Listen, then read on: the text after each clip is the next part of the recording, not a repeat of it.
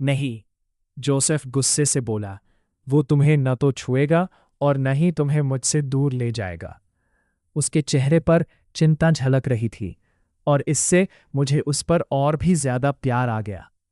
अगर वो हमारी मदद करता है तो मैं तुम्हारी सच्ची साथी बन सकती हूँ, क्योंकि मैं जानती हूँ कि मैं कौन हूँ।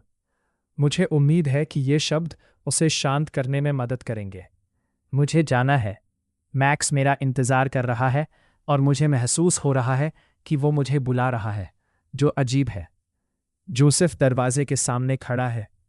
मुझे उस पर भरोसा नहीं है। वो गुस्से से गुर्राता है।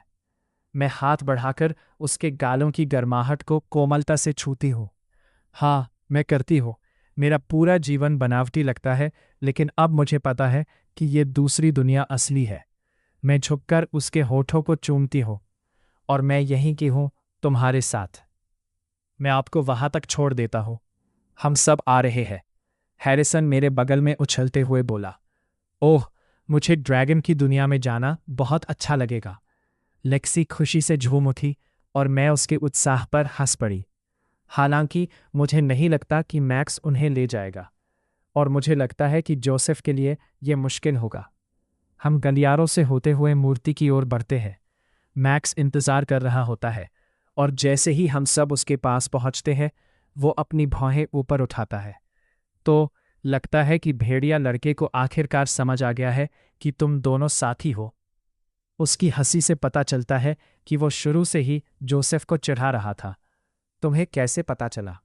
जोसेफ का चेहरा गुस्से से भर उठता है और वो मैक्स पर धमकी भरे लहजे में गुर्राता है।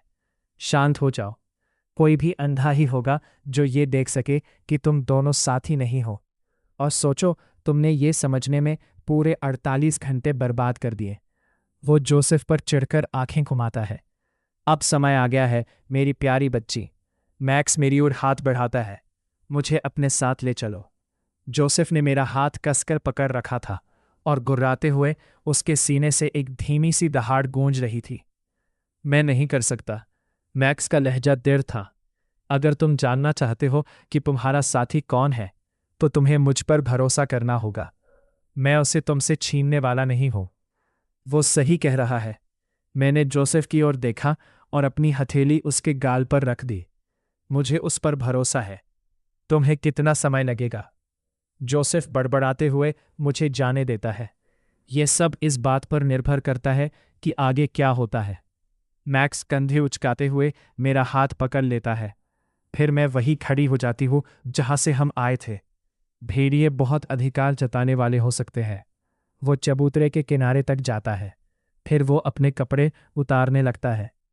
तुम क्या कर रहे हो? मैं उसके शानदार शरीर को घूरती हूँ, उसकी गढ़ी हुई मांसपेशियों और सुनहरे रंग की त्वचा की प्रशंसा करती हूँ। उसके नग्न शरीर को केवल एक कपड़े जैसी चादर से ढका गया है। जहां हम जा रहे हैं वहां तुम चल नहीं सकती। वो मेरा हाथ पकड़ लेता है। जब मैं कपड़े बदल लूं, तब तुम्हें मेरे ऊपर चढ़ना होगा और कसकर पकड़ना होगा। मैं वादा करता हूं कि तुम गिरोगी नहीं। मैंने इससे पहले कभी असली ड्रैगन नहीं देखा था। ये सोचकर मुझे हंसी आ गई कि ये कितना बेवकूफ़ी भरा लगता है। वैसे भी यहाँ आने से पहले मुझे इन सब चीज़ों के अस्तित्व के बारे में 48 घंटे पहले तक कुछ पता ही नहीं था। जैसे ही मेरी नज़रें उसकी आंखों से मिली, मेरा दिल जोर से धड़कने लगा। उसकी काली, गहरी और सुनहरी चमक से जगमगाती आंखों ने मुझे अपनी ओर खींच लिया। उसने मेरे हाथ के पिछले हिस्से पर चुंबन किया और फिर चबूतरे के बीचों बीच जाकर खड़ा हो गया। मेरी आंखों के सामने ही मैंने उसे अपने ड्रैगन में बदलते देखा। रंग बेहद खूबसूरत था, मनमोहक नीला। हे भगवान, ड्रैगन सचमुच होते हैं और पास से देखने पर तो बहुत बड़े लगते हैं। उसका सिर मेरी ओर मुड़ा और मैंने उसे छूने के लिए हाथ बढ़ाया। मुझे नहीं पता था कि मैं क्या उम्मीद कर रही थी, शायद सांप जैसी त्वचा। लेकिन मुझे ठोस शल्क मिले जो कवच की तरह प्रकाश को प्रतिबिंबित कर रहे थे, जैसा कि मुझे लगता है।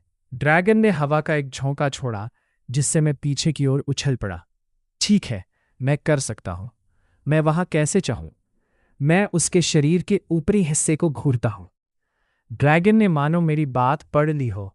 वैसे ही अपनी आंखें घुमाई, फिर उसका पंख मेरे नीचे से गुजरा और मुझे ऊपर उछाल दिया।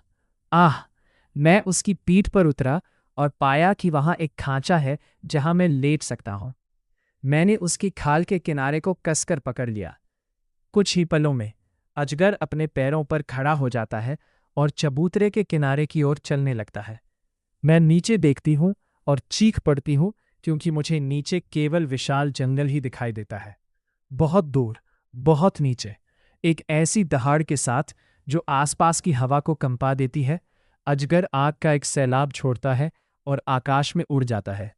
जैसे ही ये झपट्टा मारता और सरकता है, मैं अपनी जान बचाने के लिए तस्कर पकड़ लेता हूं। जब मैं होश में आता हूं और हिम्मत करके अपनी आंखें खोलता हूं, तो अपना सिर उठाकर दुनिया को निहारता हूं।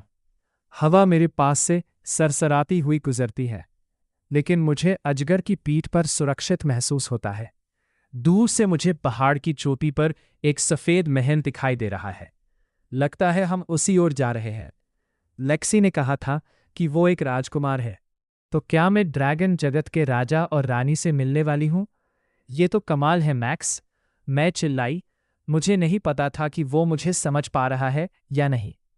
ड्रैगन ने हल्का सा गोता लगाया और मैं उसे और कसकर पकड़ लिया। तुमने ये जानबूझकर किया है ना? मैंने सांस वापस आने पर कहा। जब हम किले पर पहुंचे तो अजगर उसके चारों ओर चक्कर लगाने के बाद एक चबूतरे पर उतरा। वो नीचे उतरा और इस रोमांचक सवारी से मेरा शरीर कांप रहा था। ये मेरी पहली अजगर की सवारी थी। मेरे पैर कमजोर पड़ गए थे जैसे ही मैं धीरे धीरे उसके शरीर से होते हुए पंख की ओर बढ़ा, जिससे मैं आसानी से नीचे उतर गया। जब मेरे पैर चबूतरे पर मजबूती से टिक गए, तो अजगर का रूप बदल गया और वो फिर से मैक्स बन गया। केवल अपनी लंगोटी पहने हुए वो मेरी ओर देखकर मुस्कुराया। तो क्या तुम्हें मुझ पर सवारी करने में मजा आया? वो मेरा हाथ पकड़ता है और दूसरे हाथ से मेरे बिखरे हुए हवा से उड़ते बालों को सहलाता है। चलो, वो मुझे अंदर ले जाता है। राजकुमार मॉन्टोया, हमें इतनी जल्दी आपके आने की उम्मीद नहीं थी।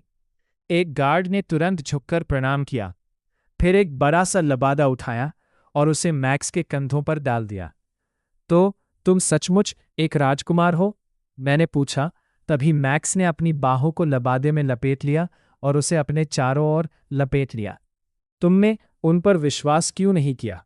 वो अपना सिर झुकाकर मेरी ओर मनोरंजनक ढंग से देखता है। क्या ये आपका घर है? हाँ, है। मैं आपको इसके कुछ हिस्से दिखा सकता हूं, लेकिन हमारे पास यह बहुत कम समय है। ड्रैगन होने के नाते डीन ने हमें स्कूल परिसर से बाहर जाने की अनुमति दी है, ताकि हम अपने पंख फैला सकें, क्योंकि स्कूल परिसर में ऐसा करने से व्यवधान उत्पन्न होगा। वो हमें घुमाते हुए एक भव्य दरवाजे तक ले जाता है। और ये रहा मेरा शयन कक्ष, वो आंख मारते हुए कहता है। वाह, ये तो सचमुच किसी राजकुमार के लायक है। क्या मुझे आपके सामने झुकना चाहिए या कुछ और? वो हंसता है। अगर आप चाहें तो आइए, मेरे माता पिता से मिलने का समय हो गया है। मुझे लगा था कि हम सर्वदृष्टि वाले ड्रैगन की आंख देखने जा रहे हैं। उसने अभी तक ये नहीं बताया है कि वो क्या है। हम मिलेंगे, लेकिन मेरे माता पिता पहले तुमसे मिलना चाहते हैं। वे भी तुम्हारे बारे में उतने ही उत्सुक हैं जितना मैं। वो मेरे कंधों पर हाथ रखते हुए कहता है, एरिन, मुझे तुम्हारे भीतर एक छिपी हुई शक्ति का आभास हो रहा है। अगर ये वही है जो मैं सोच रहा हूं, तो तुम्हें हर संभव सुरक्षा की आवश्यकता होगी।